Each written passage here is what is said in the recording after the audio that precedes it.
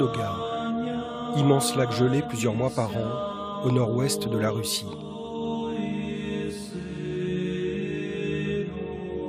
Le voyage qui m'amène ici a commencé il y a une vingtaine d'années. Ma quête spirituelle m'avait alors conduit dans un monastère orthodoxe, en Angleterre. Dans la lumière des cierges, reflétée sur les icônes, je découvrais, émerveillé, un monde inconnu. Une spiritualité d'une profondeur et d'une beauté inouïe, puisant ses racines dans les plus antiques traditions chrétiennes.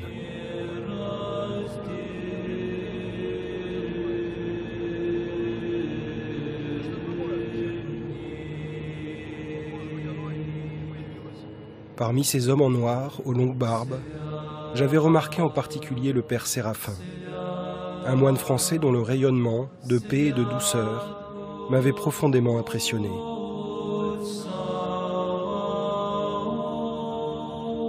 Au fil des années, son souvenir a nourri mon admiration grandissante pour l'orthodoxie. Après 70 ans d'éclipse sous le régime communiste, cette foi orthodoxe renaît de façon spectaculaire en Russie. J'ai décidé d'aller à sa rencontre. Si j'ai choisi le monastère de l'île de Valam, c'est qu'en plus de son immense réputation en Russie, j'y ai retrouvé la trace du père Séraphin, que j'espère revoir. Одна из фотографий такая, я ее особо никому не показываю, потому что это так лично для меня сделали мои близкие друзья.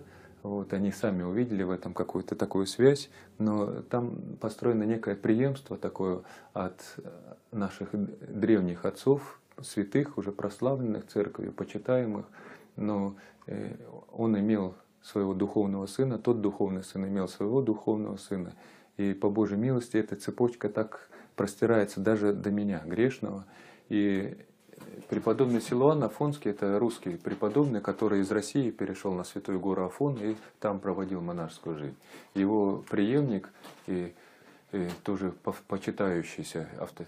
Далее отец Серафим, который по своему месту рождения имеет во Франции, вот, и даст Бог, завтра с ним будете общаться, да, но душой и сердцем он так, как, кстати, был предан всегда своему старцу, да, что также воспринял и Русь как свою родину духовную, которая его родила во Христе, и стал во многом более русским, чем мы русские по крови.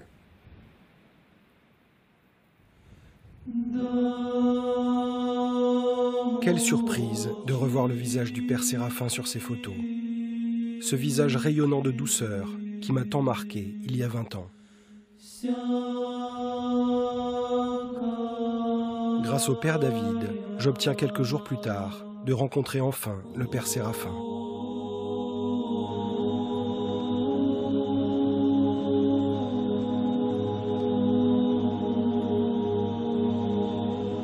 On m'emmène au skite de Notre-Dame de Smolensk, retiré en pleine nature, où il m'attend.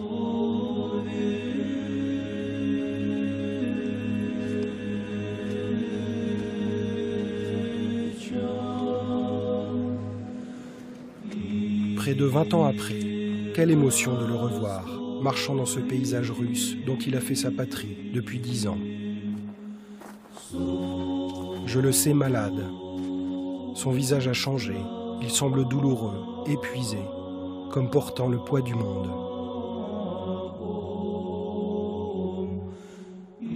Le père Séraphin est l'un des rares starets vivant à Valam, ces pères spirituels habitués à guider les âmes qui emplissent la littérature russe. De tout temps, le peuple russe est venu chercher leur sagesse, et je sais que sa cellule, l'été venu, ne désemplit pas, accueillant toutes les détresses du monde. Beaucoup viennent chercher refuge d'un monde qui est complètement sans dessus-dessous.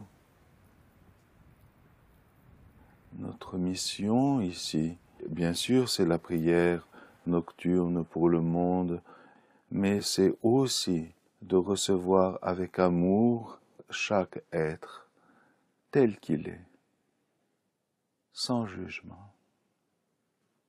Je pense que notre regard, si c'est le regard d'un homme de Dieu, il doit regarder avant tout ce qui est le plus précieux, la capacité de l'homme à souffrir, voir dans chaque homme, chaque hypostase, chaque être,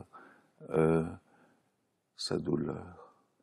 Et chaque homme a sa douleur, sa croix.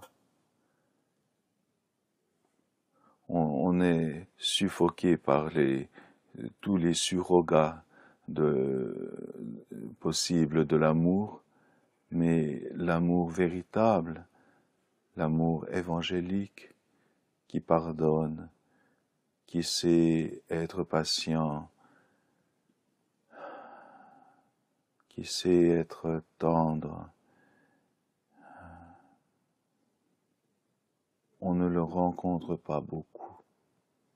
Et c'est de cet amour-là dont le monde, de façon inconsciente, a besoin et a soif. Et vous m'avez posé la question, qu'est-ce que c'est que le moine? Le moine, tel qu'il doit être, tel qu'il devrait être, ça doit être l'incarnation de cet amour-là.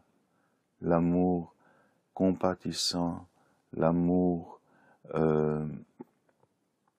qui pardonne, l'amour qui reçoit et l'amour qui guérit.